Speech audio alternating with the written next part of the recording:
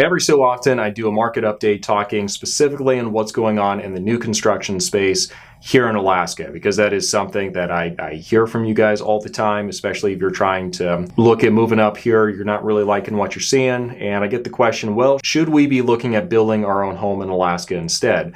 Well, today we're going to be talking about what is really happening overall in the kind of the state of the new build market here in Alaska. Before we get started though, do make sure you give this video a like, subscribe, do all that good stuff.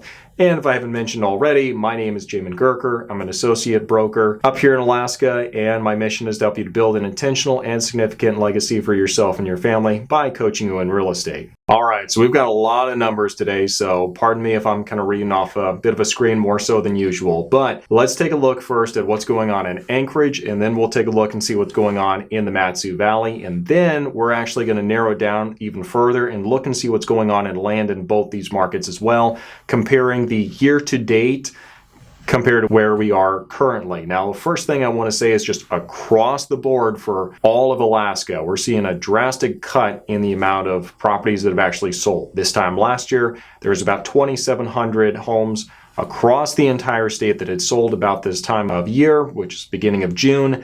Now, this year, there are 1,700. So you see a huge precipitous drop in the number of properties that are actually selling now compared to what we had the year before. And there's a lot of reasons for this, not the least being that interest rates are going up, which means that we have less buyers out there looking. But also interest rates are going up, which means that sellers are holding on to their properties that much tighter now, just because they got a great interest rate a couple of years ago when they refinanced or they purchased, and so they're not wanting to go anywhere. And so the prices have continued to go up and up. Yes, there's less demand. There's also less supply than what there was before. But that's just kind of an overall view of what's going on in the real estate market. Let's see what's going on in the new construction, looking at Anchorage first. Now, first off, looking at Anchorage, we see that this time last year, 35 homes had sold under the new construction.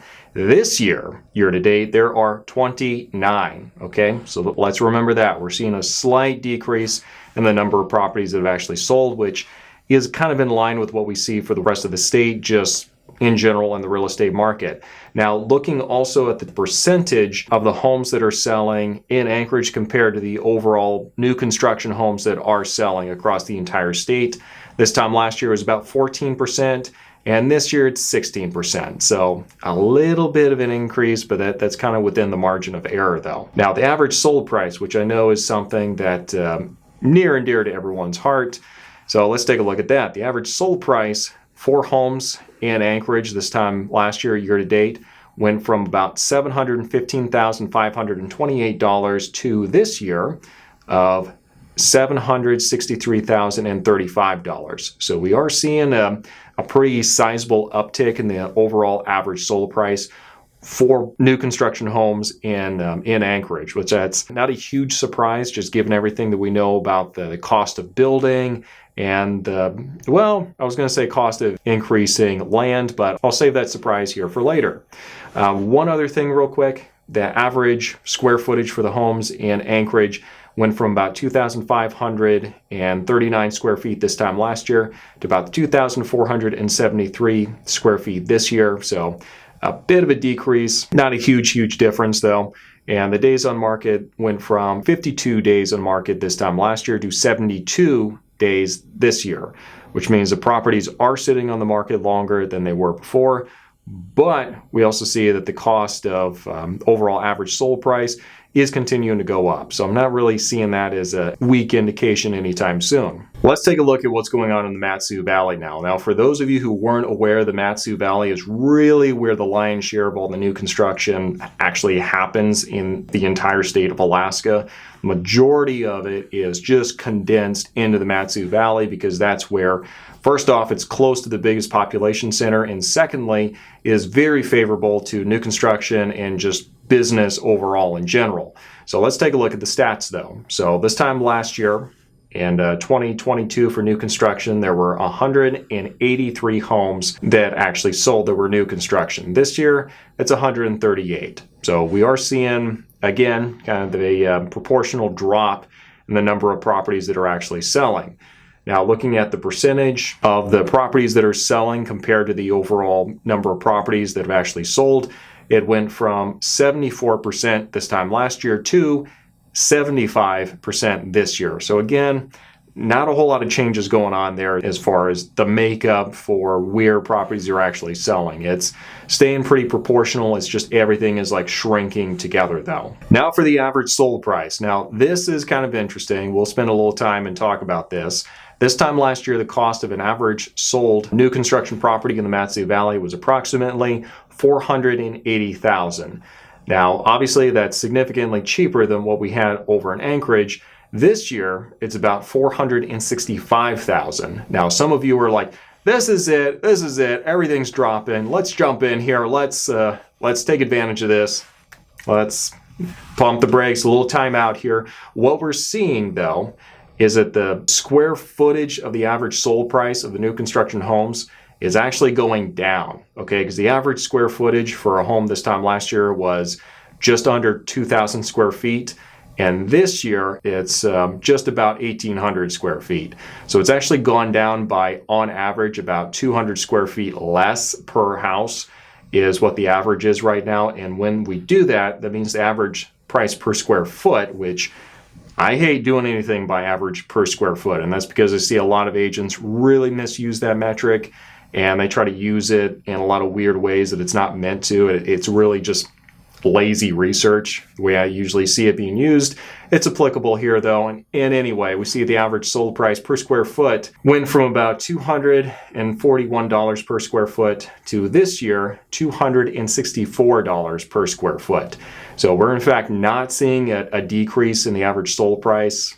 Really what we're seeing is just the average size of the properties selling is just going down. So, of course, you can't charge $500,000 for 1,500 square foot house because you paid $500,000 for, 2,000 square foot house. You see there's a difference there and you have to make up for that somehow. Also very similar to Anchorage, the days on market went from 52 days on market this time last year to 75 this year. So again, pretty reflective of what we're seeing over in Anchorage. It's just more properties are selling, and across the board in Matsu Valley, the new construction homes and the new build homes are just going to be more affordable. Now let's go ahead and take a break real quick here. For those of you who've been watching for a bit, you do know that I host a podcast called the Alaskan Journey Podcast, in which I interview people who have recently moved up here, and it's really designed to answer the questions that people have as they're moving up here, and to hear from people who aren't just me talking about what it's like living up here on the last frontier.